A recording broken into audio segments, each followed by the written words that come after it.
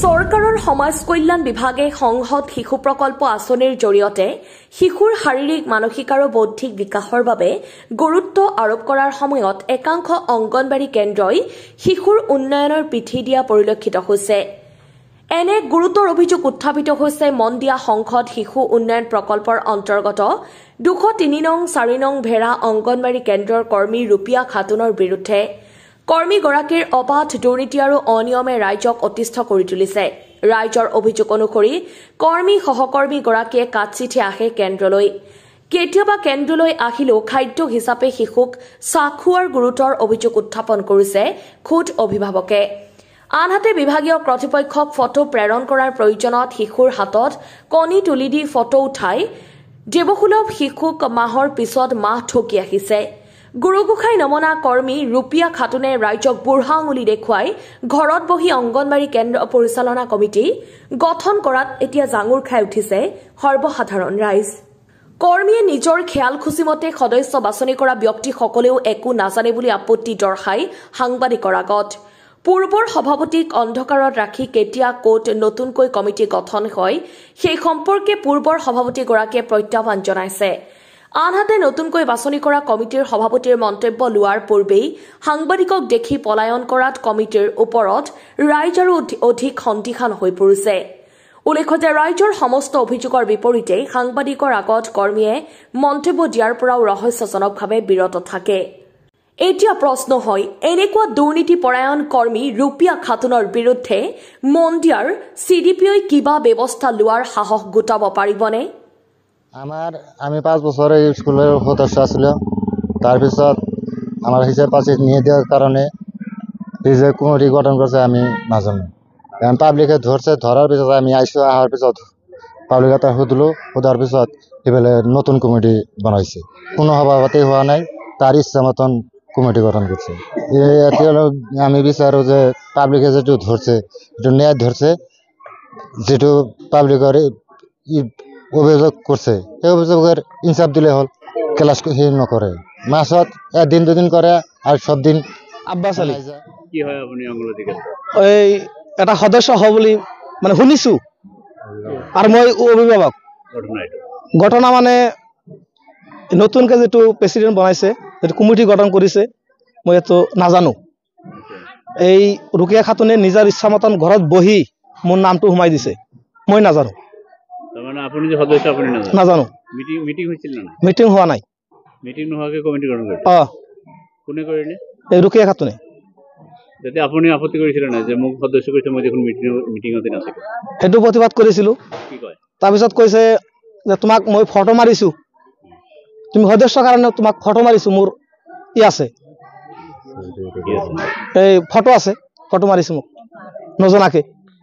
নিয়মমতে ক্লাস কৰেন না? নিয়মমতে ক্লাস নকৰে, নিয়মমতে খাবলৈ নিদিয়ে। কি কৰে? কি হয়? অনাই বনাই ঘূৰি থাকে আৰু বোলে খোৱাৰ কথা ক'লে যে খোৱাৰ সময় আহিলে খুৱাম। ক্লাস কিয় নকৰে? ক্লাস নকৰে, ক্লাস কৰাৰ কোনো ৰুল নাই। অংগনবাড়ী চেণ্টাৰত আহিছিল, এই 203 নম্বৰ অংগনবাড়ী চেণ্টাৰ আহিছিল, মানে ওচৰতে ঘৰৰ। কোন আহিছিল? এই আমাৰ ছোৱালীজনীয়ে, কণমানি ছোৱালীজনীয়ে এই ইয়াতে আছে, তাক ডিঙিত ধৰি ওলাই দিছে। এই ৰুকিয়া খাতুনেৰ ছোৱালীজনী। মন্দিয়া সমষ্টিৰ 60 নং গোবিন্দপুৰ গাঁও পঞ্চায়তৰ 6 নম্বৰ ৱাৰ্ড 4 নং বেৰা গাঁৱৰ 203 নং অংগনবাড়ী কেন্দ্ৰৰ যিজন সহায়িকা আৰু কৰ্মী আছে, এই দুয়োটাই বছৰত মাথোন 20 দিনহে ক্লাছ কৰে। আৰু যিটো চৰকাৰৰ পৰা ল'ৰা ছোৱালীৰ কণ ল'ৰা ছোৱালীৰ খাদ্য সামগ্ৰী আহে, সেইটো নোখোৱাই কেৱল লাল চাহে সৰু সৰু ল'ৰা ছোৱালীক খুৱাই থাকে। আৰু এটা কণী ফটো মাৰি সেই কণীটো 4 ফাল্টা কৰি ল'ৰা ছোৱালীবিলাকক খুৱায়। আৰু আগৰ যিটো কমিটি আছিল, সেই কমিটিত মানে যিজন সভাপতি আছিল তাক নজনোৱাকৈ আৰু ৰাইজক অৱগত নকৰাকৈ নতুনকৈ যিটো কমিটি জালিয়াতি কৰি গঠন কৰিছে। আমি সদস্য আছোঁ, পিছত গম পালোঁ যে আমি এইখন কমিটিৰ নতুন কমিটিৰ সদস্য। আৰু বেলেগ যিমান সদস্য আছে কোনো অৱগত নহয়। আৰু সেই কমিটিৰ যিজন সভাপতি, সিও ভাল কৰে নাজানে যে এই কমিটিটো গঠন কৰিছে। 4-5 জন মানুহে উপস্থিত থাকি কমিটি সিহঁতে গঠন কৰিছে। আৰু যিটো চৰকাৰৰ পৰা পইচা আহে এই কৰ্মীজনীয়ে সেই সভাপতিৰ পৰা ব্লাংক চেকত চহী কৰি তাৰ পিছত পইচা উঠাই আনি তাৰ নিজ ইচ্ছামতে সি খৰচ কৰি থাকে আৰু সৰু সৰু ল'ৰা ছোৱালীক মাথোন লাল চাহে খুৱাই থাকে। মিটিঙত আপোনাক সদস্য কৰা নাই? নাই মিটিঙত আমাক কোনো সদস্য কৰা নাই। পিছত গম পাইছোঁ যে আমিও নিজে সদস্য। কৰ্মীজনক সোধোতে তাক সুধছোঁ যে আমাক যে সদস্য আপুনি এইখন কমিটিত ৰাখিলে, আমি ঘৰতে নাই, আপুনি কেনেকৈ সদস্য ৰাখিলে? মানে মই ঘৰত নাই বা বেলেগৰ ঘৰত নাই বা এজনৰ ঘৰত আছে সি নাজানে, সি মানে নিজাববীয়াকৈ সি মানে কমিটি গঠন কৰিছে, নামবিলাক সোমাই দিছে। এইটো কৰ্মীজনীয়ে কৰিছে।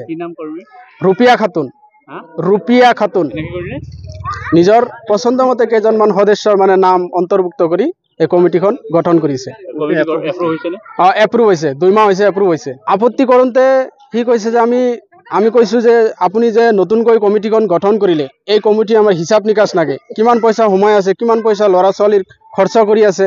সি কৈছে যে ৰাইজৰ লগত কোনো আমাৰ হিচাপ নিকাচ নাই, তোমাৰ বাহিৰা মানুহৰ লগত আমাৰ কোনো বহাৰ কোনো মেল মিটিং নাই। এতিয়া আমি ন্যায় বিচাৰোঁ, ইয়াৰ উচিত তদন্ত কৰি দোষীক শাস্তি দিয়ে। কৰ্মী ৰেগুলাৰ নাহে, বছৰত 20 দিনহে ক্লাছ কৰে।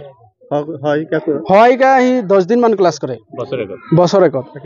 বাকী কেইদিন এনেই মানে মিটিং আছে বুলি কৈ যায়, অমুকত মিটিং আছে তমুকত মিটিং আছে। মন্দিয়া সংসদ উন্নয়ন খণ্ডৰ অধীনত 4 নং ভেড়াগাঁৱৰ 203 নং যি অংগনবাদী চেণ্টাৰ আছে, এই চেণ্টাৰখনত বিশেষ অনিয়ম চলি আছে। এই অংগনবাদী কেন্দ্ৰখন ৰাস্তাৰ কাষতে অৱস্থিত, কিন্তু এইটো সাধাৰণ মানুহে গমেই নাপায় যে এইটো এটা অংগনবাদী কেন্দ্ৰ হয় বুলি। মানে এইটো আপোনাৰ মাহেকত মোটামুটি 20ৰ পৰা 25 দিনলৈকে এইটো বন্ধ হৈ থাকে। এইটো অংগনবাদী কেন্দ্ৰ বুলি কেৱল চাইনবোৰ্ডটো চালেহে গম পাব। আৰু কৰ্মীজনীও উপস্থিত নাথাকে আৰু সহায়িকা যিজন আছে সিও উপস্থিত নাথাকে।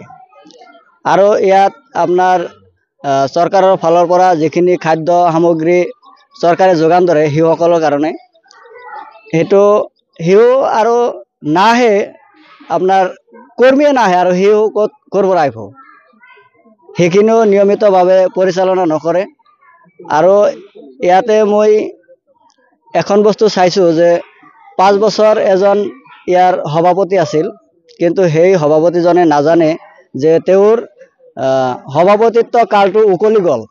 সি নজনাকৈয়ে নতুনকৈ কৰ্মীজনে নিজাববীয়াকৈ আৰু এখন কমিটি গঠন কৰিছে, কিন্তু সেই নতুন কমিটিৰ যিজন সভাপতি কেৱল সিয়ে জানে, আৰু যিকেইজন সদস্য ৰাখিছে তেওঁলোকে এই বিষয়ত অৱগত নহয়।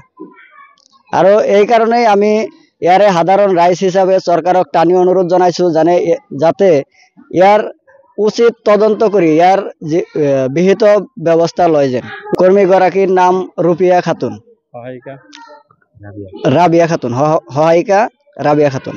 ৰাইজে এইটো কয় কৰ্মীজনক যে আপুনি এইখন অংগনবাদী চেণ্টাৰত আপুনি নাহে, এইখিনি কোৱাৰ পিছত ৰাইজৰ ওপৰত মানে এটাক কৰিব খোজে। মানে এনে কৰ্মীজনটো মহিলা, কিন্তু আপোনাৰ মতা মানুহ আহিলে তাহনৰ লগত বেয়া ব্যৱহাৰ কৰে। আৰু পঢ়াৰ কোনো ৰুল নাই বুলি কৈ থাকে। ৰুল নাই। আৰু এইখন অংগনবাদী কেন্দ্ৰ ইয়াত মোটামুটি নদী ভাঙাৰ পিছত 8 বছৰ ধৰি অৱস্থিত হৈ আছে। মই এইখন গাঁৱৰে বাসিন্দা হওঁ, কিন্তু মই এই 8 বছৰত ইয়াত কোনো সাধাৰণ সভা হোৱা বুলি মই নিজে নাজানো, আৰু কোনেও ক'ব নোৱাৰে এই গাঁৱৰ।